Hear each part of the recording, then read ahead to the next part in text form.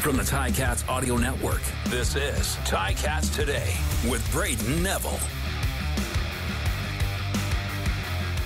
On today's episode of Ticats Today, Brian Simmons joins the show to break down a potential playoff clinching game. Coach O gives an update on Bo Levi Mitchell and talks about the upcoming matchup. Taylor Powell speaks on gearing up for the Stamps, and Chris Edwards discusses how to get a victory at home. It's Friday, September 29th, 2023, and you're listening to Ticats Today. That's it. That's all on the Ticats practices for the week. They now gear up for this matchup with the Stamps after completing today's walkthrough, and they know what's at stake here, the potential to clinch a playoff spot, even though they may not necessarily want to clinch this weekend, which I know sounds a little crazy, but hear me out. If they win and Ottawa wins against Montreal, then the Ticats have a better opportunity to clinch home field in the playoffs, although that will also mean that they won't clinch a playoff spot this weekend. I know it sounds super confusing, which it probably is, but in short, the Ticats really need a victory here and will also want Ottawa to secure a victory also to make their chances of getting that home playoff game more possible in the East Semi. A Hamilton win will also eliminate the chance of a West crossover from the fourth place team in the West Division. If Montreal, Hamilton, and Saskatchewan all win, then Ottawa and Edmonton will be eliminated from playoff contention. So lots going on, but this Ticats coaching staff and their players have made it clear that all they're concerned about is getting a victory and winning this game in front of them, which is probably the right mindset to have heading into this crucial matchup. The Ticats released their depth chart. Looks very similar to last week, but one big loss on the secondary. Javian Elliott, who's been placed on the 6-game injured list, but coming out of the waiting room will be Will Sunderland, who will take his spot at corner. Aside from that, we will see the debut of Jamal Davis, who signed with the team earlier in the week. And Coach O spoke about Sunderland and Davis both going into the game, and also gave us an update on Bo Levi Mitchell. Yeah, so again, one thing we talk about since we've been here is you're guaranteed adversity, and we're going to face a little bit. So Will step in, and he won't just participate. He'll do a great job for us. He's been with us all season. He's around. We expect people in the waiting room to be ready to play, and that's why we call it that. You're just waiting to be seen. Well, it's his time.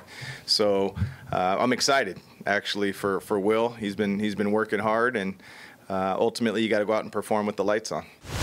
Sure, Taylor's he's progressing nicely, right? He's a lot of new things for Taylor, and I could go down the whole gamut of it, but at the end of the day, I think he's still having fun. He's preparing, he's practicing hard, he still commands the huddle, he's growing. He's made plenty of mistakes, he's made plenty of great plays. He's further along than we thought he'd be in a lot of areas, and he's working hard at the areas that are taking a little bit more time. So at the end of the day, we're very pleased with where Taylor's at, and it's just not the Taylor thing though. He'll go as the rest of the football team goes. We gotta help Taylor. And as far as Bo, Bo's working hard. It's fun to watch a competitive guy from the inside out, not from the out. Everybody out from the outside and say, "What's the timeline?" We're not built that way inside. It's whenever the right time is for Bo, that's when the right time for us will be. And so I can just say he's progressing nicely. And like I had said earlier, I anticipate Bo being back at some point before the end of the season. Yeah, I mean, if you really look at historically, since Huff's been there and Dave's been there, they've run the ball, and you could go down their list of running backs. They're going to commit to that. They're not afraid to do that. It sets up their play-action game very nicely.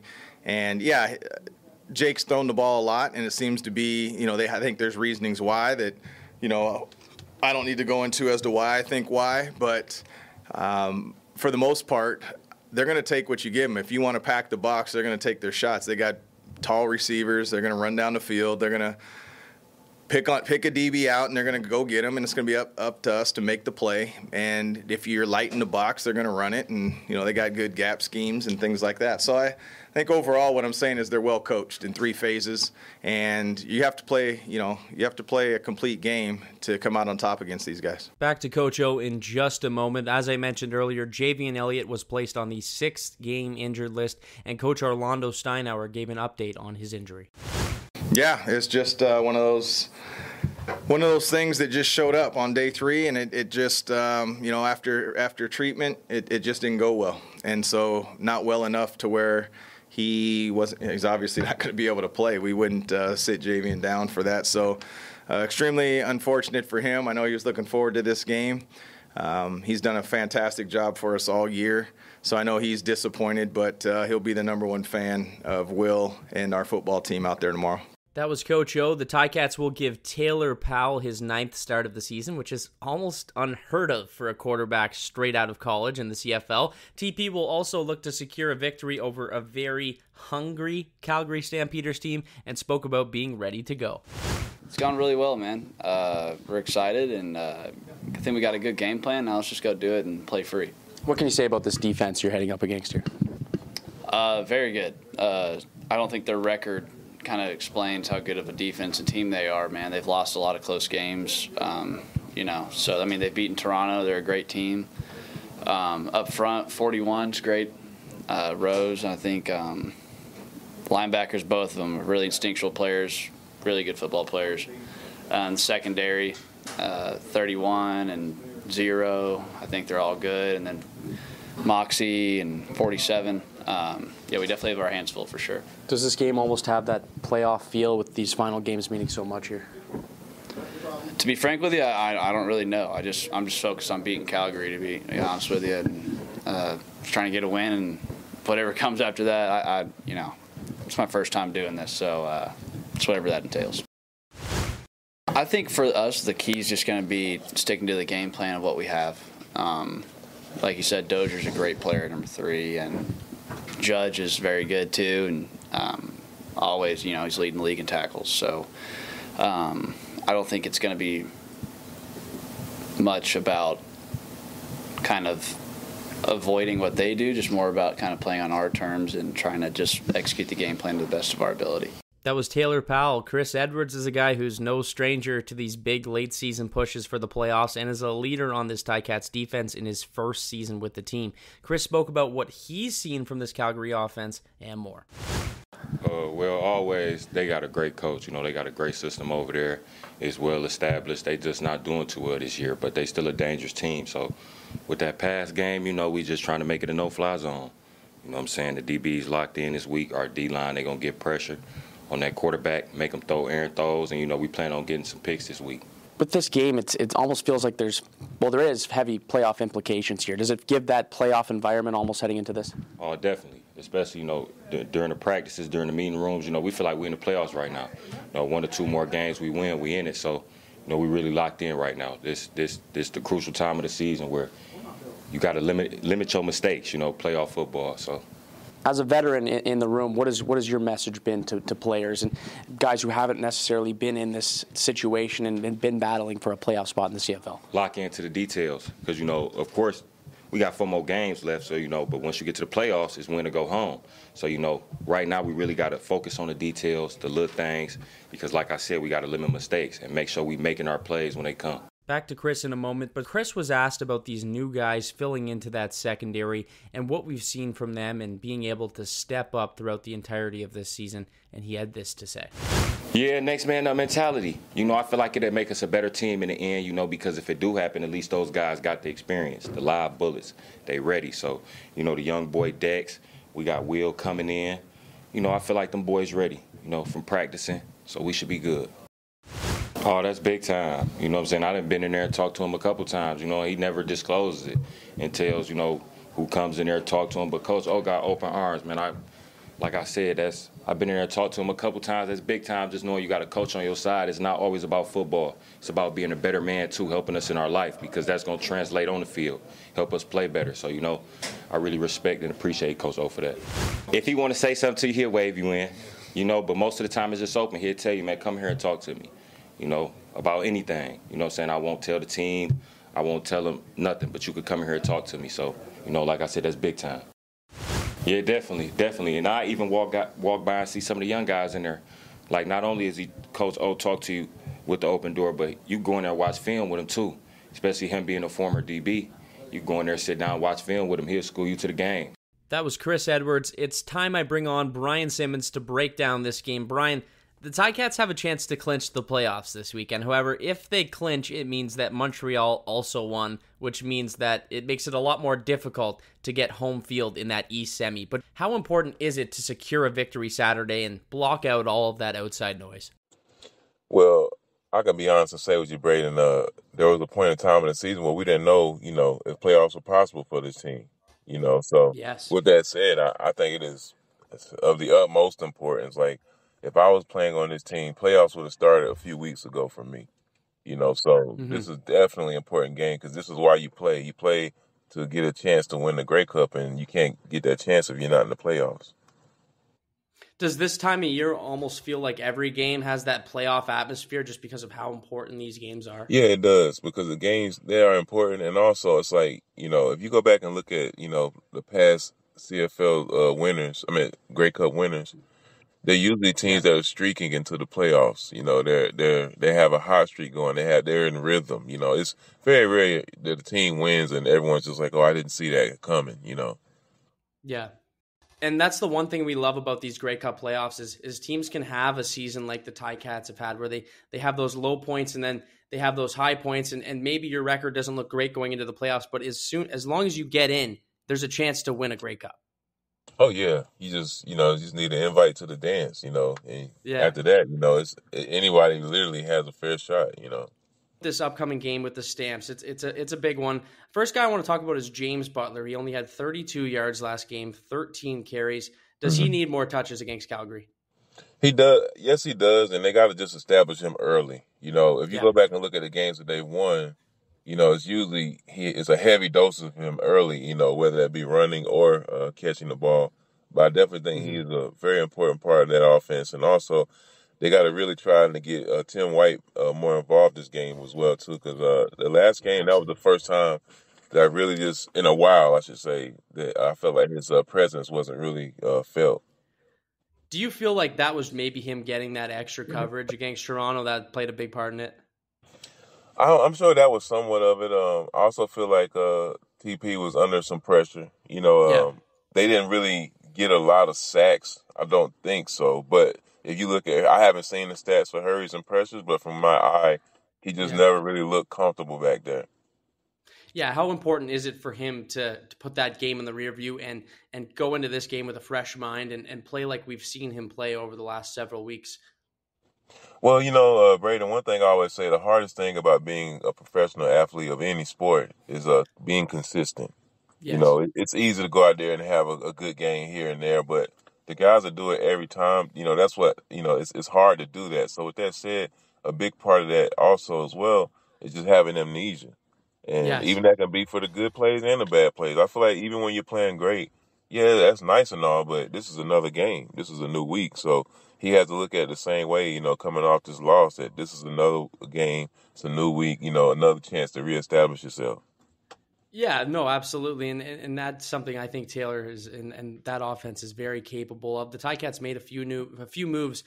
First one being they got Jamal Davis. What do you think about the Jamal Davis move? It looks like he will play a little bit here against Calgary. I think it's good, man. It'd be some new flavor. Something for guys to look forward to. I'm sure to motivate guys to play around him. He's been a pretty decent player. I've seen him make some plays here and there. So I think it's a good add. And whenever they make acquisitions this late in the season, 9 times out of 10, it's for a reason. They have intention to be playing. Have you ever switched teams this late in the season or at least mid-season? Yeah. I actually, when I played for Edmonton, I got traded to Edmonton like right before Labor Day. It's just it's different because it's almost like, guys know, because I was established at that time, so guys knew who I was, but it's just different coming in mid-season. It is. And I'm assuming the reason you got traded was to go help a team make a playoff push, much like he would.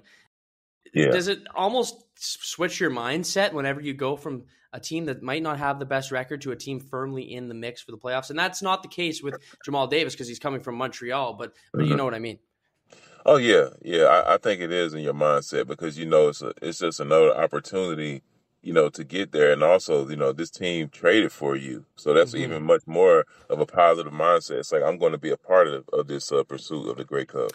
I want to switch to the defense here. We kind of talked about Jamal a bit, but let's talk about Jake Maier. He loves to throw the ball. It's no secret. He throws the ball more than anyone else does in the CFL. How does that change your mindset on defense?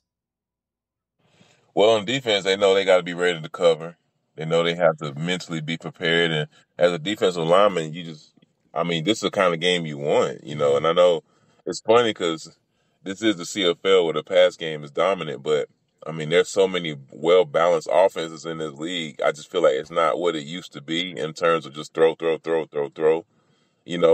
I definitely think as a defensive lineman, this is the kind of game you want because it gives you opportunities. As a defensive back, it does as well too. So I'm looking forward to see how they do. Both of these teams are really hungry for a win. Yeah, and I mentioned Maier and that Calgary offense. They like to throw the ball a lot. Maier has thrown the ball almost 100 times more than any other quarterback in the league. So that's going to open up the eyes a bit of the DBs who are going to see the potential here to make some picks. What do they need to do in this game? Like I said, just follow the keys and react and just play hard. And I understand in my opinion, I feel like that position is the hardest to play from a physical standpoint. Yes. Those guys are asked to cover dudes that's running the waggle, coming at them fast. This is hard, so they can't. And then if they breathe on the guys, it's a penalty. So it's like they have to be prepared to just play hard and not be afraid to make those mistakes, but try to play as smart as possible. Yes, and one of the guys who's going to be getting a lot of attention from the defensive backs on this Ticats team is Reggie Begelton, he's been the number one target for the Stamps. He has the most receptions in the league this season. How do you take this guy off his game? And is he someone you're going to pay a little more attention to, given how many more targets he gets than the rest of that receiving corps? Yeah, you want to pay more attention to him, but you don't want to just, be decoyed by him, So it's like you got to kind of find an even balance of both. I'm sure Coach O and the defensive staff, they have a good game plan for, just containing him because sometimes it's hard to really shut someone down. Mm-hmm. You just got to make it hard for them. Don't give them anything. Yeah, and Coach even said that. He said it's going to be hard to limit the amount of yards they get because they throw the ball so much. He didn't say it in those exact words, but something along those lines. This is I believe, a very winnable game for the Ticats, but it's going to be a difficult one. This Calgary team is very hungry for a win. Do you see the Ticats pulling out of this game with a win? Yes, I think they can. I definitely think so. From the previous game, we just can't shoot ourselves in the foot. You can't have turnovers, and then let alone if you do have those, they can't be costly. And you pay a price for those, especially when you're playing a team as successful as Toronto. So the guys are at home. They've been winning. It's not like the Ticats are coming off a 3 or 4 game losing streak. Yeah, these guys they've tasted success lately. So I expect them to win, and I definitely think it's possible. Yeah, and it's funny, the Ticats' losses, I believe the only team that they've lost to really in the last 6-7 weeks or whatever it's been has been Toronto. It's the only team that's been able to defeat them. They've gotten the win over the BC. They got the win over Ottawa. Winnipeg. The Winnipeg one is huge. So really, we've only seen Toronto be able to have their numbers for quite a while here. If you can, Brian, maybe a few keys to victory for the Ticats. Keys to victory, just playing smart ball. The guys up front, I'm biased and I'll admit it, but those are the guys who set the tone, and they just have to really come out today and, say, hey, we're going to keep our quarterback clean. And the guys on the defensive side, they have to, say we're going to get after your quarterback. I'm telling you, if that happens, everything is just a trickle effect. Mm-hmm. But I get a feeling that we're going to see some big plays and special teams this game as well, too. I feel like that's an area that people often overlook, but it's such a big part of the game, especially in the CFL game. Special teams is so big. Well, it's going to be an exciting game, and hopefully, Brian, I get to see you and we can have a little chat there before the game. So thanks a lot again, Brian Simmons. All right, no problem, Brady. Take it easy, man. That was Brian Simmons. Big thanks to him for being on the show, as well as Chris Edwards, Taylor Powell, and Coach O. Ticats fans, tickets are still on sale for Saturday's home game against the Calgary Stampeders, and there's a lot going on. The team will welcome alumnus of distinction John McDonald before kickoff as we observe National Day of Truth and Reconciliation. There will be a special recognition of John, who played with the Ticats from 2002 to 2004, and he is also Mohawk Wolf Clan from Six Nations of the Grand River Territory. Don't miss out on the opportunity to meet him, as he will be signing autographs in the South Plaza pregame. The gates open at 5:30. It's South Plaza Saturday, so make sure to join us in the South Plaza before kickoff. They'll have inflatables, face painting, family fun, autographs from John McDonald. Don't forget about happy hour. Simply Spiked Lemonade has been added to our $5 pregame drink special roster, which includes 355 milliliter cans of Coors Light. Fans can enjoy a Simply Spiked Lemonade for $5 up to 1 hour after gates open in the Coors Original Bar or at the Simply Spiked Lemonade stands. Join us for a special presentation at halftime, including a drum circle and performance from two-time world champion hoop dancer Lisa Ojig. Families on the Field by Beneva is back. Everyone is welcome on the field to play on the same turf as your favorite Ticats. Also, Ticats fans, pre-sale access to tickets for the Built in the Hammer Grey Cup Music Festival concerts, including Friday Night with Carrie Underwood, are now open for all Grey Cup ticket holders. Tickets for Carrie Underwood will go on sale to the general public tomorrow. That's at 10 a.m. So make sure to go out if you're a Grey Cup ticket holder. Get your tickets now for that early access. And all general public tickets will go on sale tomorrow at 10 a.m. for your chance to see Carrie Underwood. That's all the time for me today. I want to thank you for listening to Ticats Today.